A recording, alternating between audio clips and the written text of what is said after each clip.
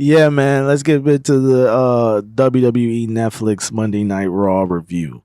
I said, you know what? Let me do a review of it. I even wrote notes down because it was just some things that caught my attention that I thought the WWE could build off of. Let me pull up my notes real quick on my phone.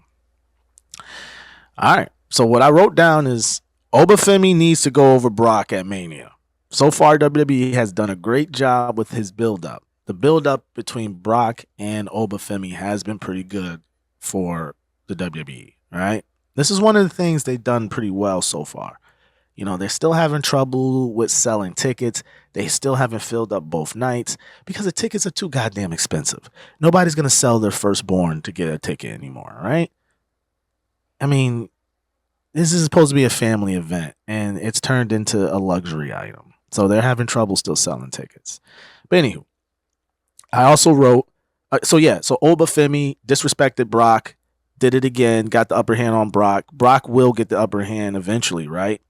So that's going to be a really good match. That's this type of gigantic Titan WrestleMania, Hogan versus Warrior, those big, gladiator type matches that's fits so well for the biggest stage at WrestleMania. And this is what it's going to be, Oba. And like I said, man, Oba has to go over. He's so over with the crowd. They cheering him like fucking Bill Goldberg at this point. Here we go. I got more notes. Dom and Finn Balor picks up their feud. They're definitely WrestleMania bound. Yeah. I mean, it makes sense. All the sense in the world. WrestleMania bound. Finn and Dom to settle it all. Now, I hope this will bring an end to the Judgment Day at some point. Maybe Finn will be the one to put an end to the Judgment Day for once and for all. I mean, this faction's gone on for way too goddamn long, all right? Is it just me that feels that way? I don't think Dom needs the Judgment Day. I don't think Liv needs the Judgment Day. I don't even think Raquel at this point needs Judgment Day now. I think I think it's served its purpose and everyone should go on and do their own thing now. So hopefully this is the beginning of the end of the Judgment Day. All right. Grayson Waller is really good. Wildly underutilized. I had to write that down. That match between him and Javon Evans was good.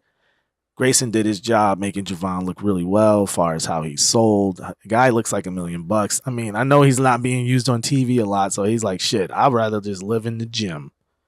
Anytime I get called, I'll look like $1,000,000 and I'll make my opponents look like $1,000,000. So shout out to Grayson Waller, man. I think he definitely needs to be utilized or at least leave and go somewhere else where they can utilize him better. All right, Javon Evans. Okay, this is a good idea I had, right? Bringing up Javon Evans, right?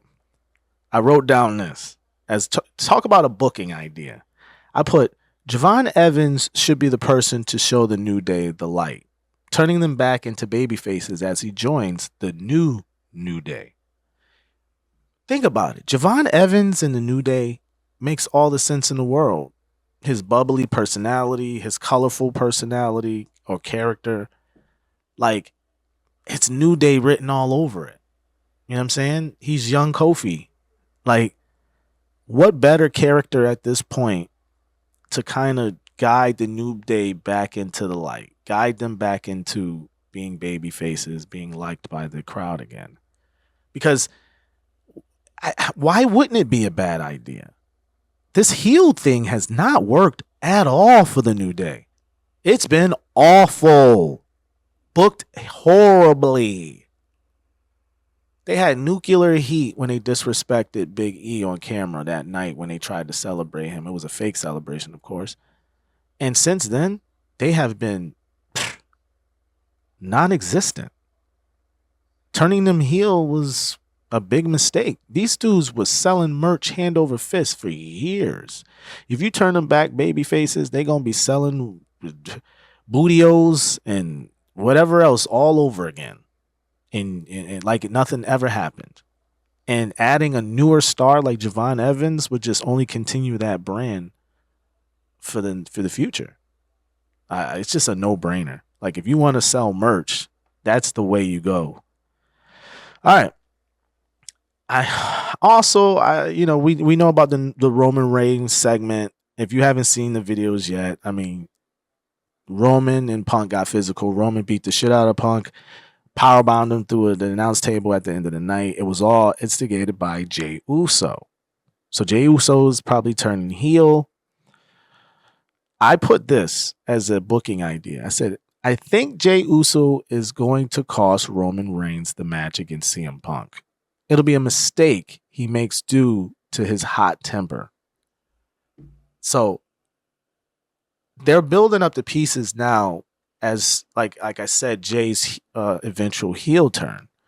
But I think there's layers to it, of course. Everyone thinks that he's going to turn heel and the bloodline's going to get together, but I don't think it's going to be that simple. I think Jay's kind of going off script, doing his own thing. And Roman thinks that it's the same Jay that he's dealing with, and it's not.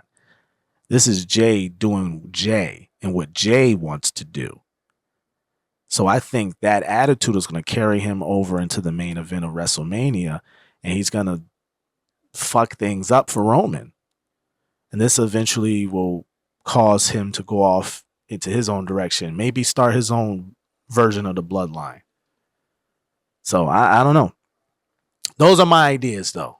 So that's my little pivot to the review of Raw. I gave you my ideas along with some of the more important events of the night. I left out Liv and Stephanie Vakir's brawl. I mean, yeah, okay, whatever. They builded it up and now they have to wrestle.